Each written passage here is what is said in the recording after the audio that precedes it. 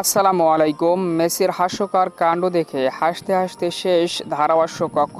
বিস্তারিত জানতে আমাদের সাথেই থাকুন। এমএলএসের ১৭তম রাউন্ডের ম্যাচে ইন্টার মায়ামি আতালান্টা ইউনাইটেডের বিপক্ষে মুখোমুখি হয়। দুর্দান্ত এই ম্যাচে এক ম্যাচ বিরতি দিয়ে আবারও সেরা একাদশে ফিরেছে লিওনেল মেসি, লুইস সুয়ারেজেরা। অসাধারণ এই ম্যাচের শুরু থেকে একের পর এক আক্রমণ মায়ামির। ম্যাচের একেবারে শুরুর দিকে লেফট সাইড থেকে জোডিয়াল বা দুর্দান্ত এক লং বল লিওনেল মেসিকে উদ্দেশ্য করে ডিপ বক্সের ভিতরে বাড়িয়ে দেয়।